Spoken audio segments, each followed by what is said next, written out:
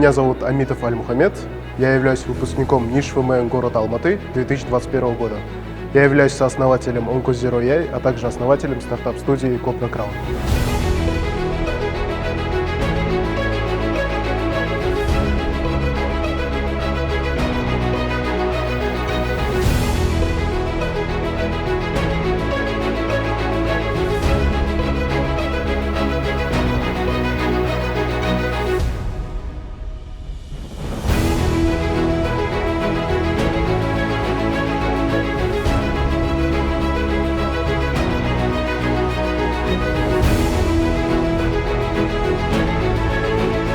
До НИШа я обучался в 81-й гимназии, и я, честно, не ожидал, что я поступлю в НИШ, и я поступил только со второго раза, и я безмерно благодарен, что я поступил в НИШ и закончил эту прекрасную школу.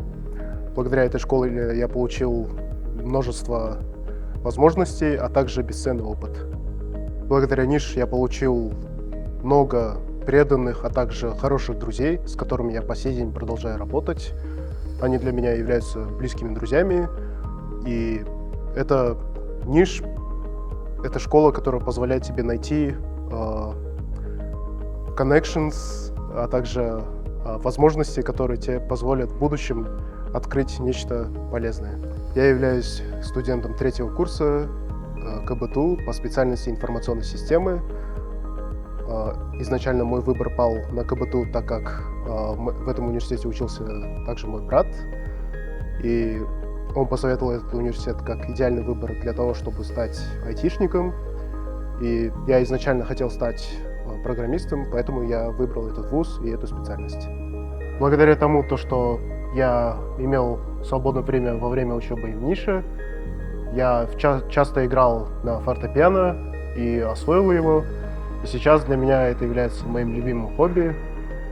И даже сейчас, после универа, я часто играю на нем. В большинстве я люблю классику.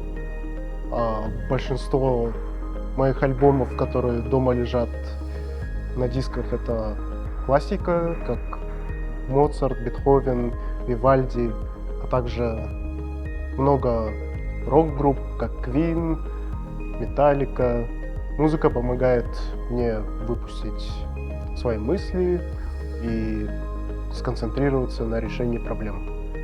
И когда я обычно работаю над проектом, я слушаю классику. 12-годичная система в НИШе повлияла положительно на то, что я смог открыть свои проекты, развиваться в своем направлении, а также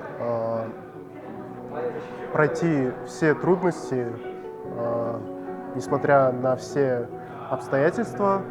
Например, мы в 12 классе писали курсовую работу по информатике, и чаще всего большинство людей делали легкие проекты, как сайт, а я решился сделать видеоигру, и благодаря тому, что я сделал видеоигру, сама школа хотела загрузить эту игру в Play Market. Я впервые ощутил что мой проект кому-то нравится, и после этого я решил уже развивать свои скиллы в геймдеве. И после этого, после окончания НИШа, я решил уже создавать другие проекты. Например, в Infactorial Incubator я создал Cultiv.ai для агропромышленности. Сейчас я работаю над медтех-стартапом OncoZero.ai, а также финтех-стартап, где я делаю фундаментальный, а также технический анализ акций. Так как мы обучались по кембриджской системе, мы обучались всегда на английском, и поэтому все знания, которые я употреблял и также искал, были на английском языке, что позволило мне найти кучу контента, а также знаний, которые попросту не были бы доступны, если бы я не учился в НИШе. А также учителя помогали в каждых начинаниях, и поэтому я думаю, что НИШ повлиял многократно в развитии моих проектов, и поэтому я люблю эту школу. Сейчас на данный момент на медтех-стартапе я работаю со своими друзьями, а также бывшими одноклассниками.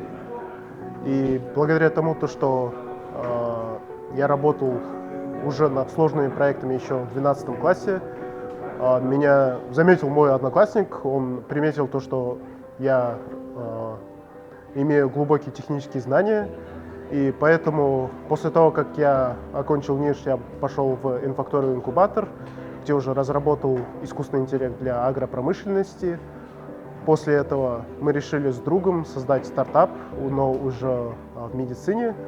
Изначально мы представлялись как биокомпания, мы хотели делать хромосомную сегментацию, мы хотели изучать гены, но после этого мы увидели то, что в Казахстане имеется недостаток специалистов в онкологии. Мы решили сделать медтех-стартап, связанный с онкологией. И сейчас OncoZero.ai является искусственным интеллектом для диагностики онкологических заболеваний. Сейчас это работает посредством анализа КТ-сканирования. Например, каждый человек, который проходит КТ-сканирование, будет анализироваться через OncoZero, который будет выявлять рак на ранней стадии. И наш стартап решает две проблемы. Это нехватка специалистов, а также позднее лечение. Сейчас в OncoZero работают 8 человек. У нас большинство это нишевцы, и у нас есть компетенции также не только в IT, но и в медицине. Сейчас я работаю с Алимжаном. Он сейчас учится на магистратуре в Warwick University. Он был моим одноклассником, в параллельном классе.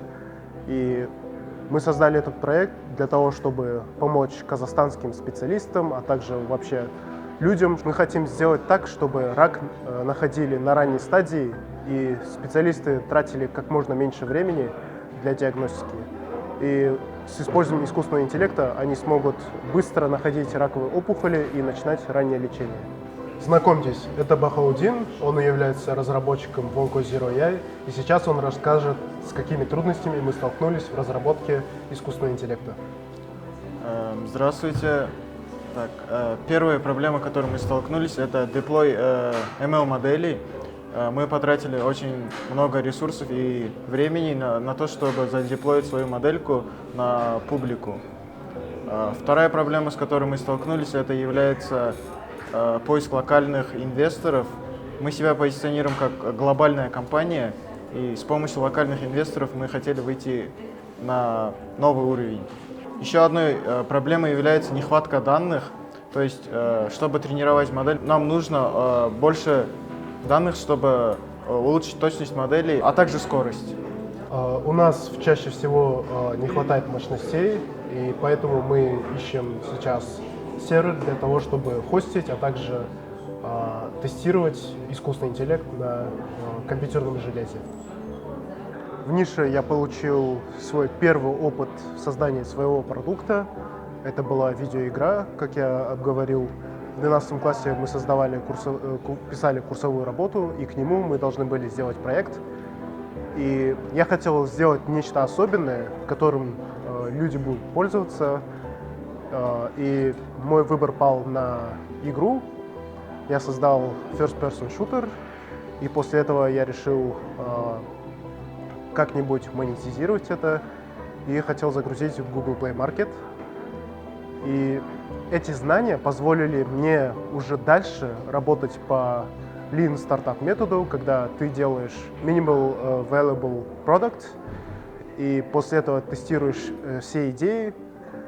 И главное, твой продукт должен решать проблему, и клиент должен быть готов купить это решение.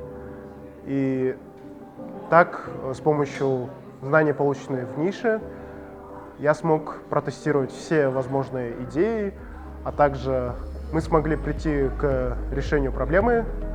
И этот бесценный опыт показал то, что нужно всегда тестировать, а также делать свое. И не обязательно мыслить по шаблону. И в 12 классе я бы посоветовал людям не брать слишком легкие проекты, а делать сложные и попробовать себя в чем-то новом. пока вы не будете проверять, тестировать идеи, вы будете галлюцинировать о том, что нужно вашим клиентам.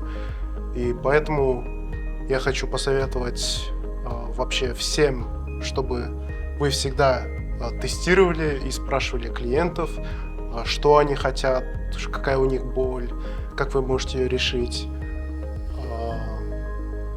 В большинстве, если вы сейчас являетесь школьником, обучаетесь в нише, я вам советую сейчас уже начинать свои пэт-проекты, участвовать на олимпиадах, а также в инкубаторах, как Infactorial, где вы сможете раскрыть свои идеи, а также проверить их на реальных людях. И поэтому вы должны всегда ориентироваться на то, что вы ничего не знаете о потребностях клиентов и как решать их, поэтому всегда нужно проводить интервью, никогда не забрасывайте свои проекты, всегда доводите все дела до конца, и, может быть, кто знает, ваш проект перевернется в следующий юникорн, и поэтому я хочу, чтобы вы всегда обучались и развивали свои проекты. На данный момент к нам поступило 10 заявок на пилот от 10 больниц Казахстана. И мы планируем охватить все онкологические диспансеры в Казахстане.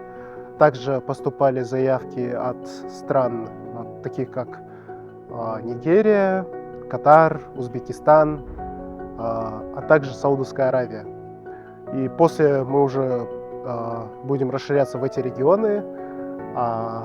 Наша главная цель – это охватить глобальный рынок. И думаем, в ближайшие 3 года мы валидируем все клинические тестирования здесь, и после уже будем масштабироваться во все другие страны. И после этого мы уже будем покрывать не только органы ЖКТ, но и все другие виды рака.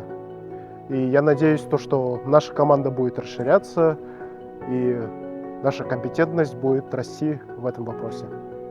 На пути реализации к нашей идее большинство провалов в стартапах и в проектах в том, что людям не нужен продукт или же неправильная команда. И сперва мы решили создавать на все необходимые виды рака. Например, как сейчас мы делаем на рак печени, так как это является одним из самых болезненных видов рака. Второе – это неправильная команда, и наш успех определяется тем, что мы набрали к себе в команду самых талантливых, а также компетентных специалистов. И я отвечаю за техническую часть, у нас также есть компетентность в медицинской части. Мы сотрудничаем с клиниками, чтобы они нам давали консультацию по онкологии. И поэтому я думаю, что сперва нужно знать что ваша идея решает проблему и что клиент готов за нее заплатить. А второе, нужно собрать правильную команду. В современной медицинской практике искусственный интеллект играет роль ассистента, который будет упрощать, а также ускорять все процессы. И наша компания не преследует цели заменить или же освободить врачей. Мы хотим ускорить, а также облегчить процесс диагностики онкологических заболеваний. И поэтому сейчас мы делаем все решения, которые помогут врачам диагностировать рак, например, Computer-Aided Detection, а также классификация, сегментация, чтобы сам процесс не забирал много времени, и врач смог даже на ранней стадии определить рак и начать раннее лечение. И наше решение в основном отличается тем, что мы не первые на рынке. Существуют такие компании, как PageAI, а также Forus Data, но мы отличаемся тем, что мы используем все новейшие технологии, новейшие архитектуры в искусственном интеллекте. Также нашим главным преимуществом является доступность нашего сервиса. Мы фокусируемся на более болезненных и редких видах рака, и скоро мы будем покрывать все виды рака. Я считаю, что Alumni Niche — это прекрасная организация, которая позволяет всем людям помнить о нише, а также находить своих старых друзей. Я еще был подписан на Alumni Niche с 2020 года, и мне всегда было интересно следить за выпускниками из разных городов, как они обучаются, как они готовятся.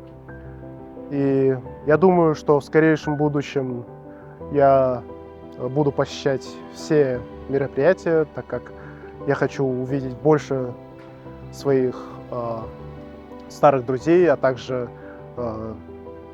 выпускников из других городов. И я думаю, что эта организация прекрасная. Подписывайтесь в Инстаграме на Niche Alumni, а также смотрите все выпуски BLS. Спасибо за просмотр.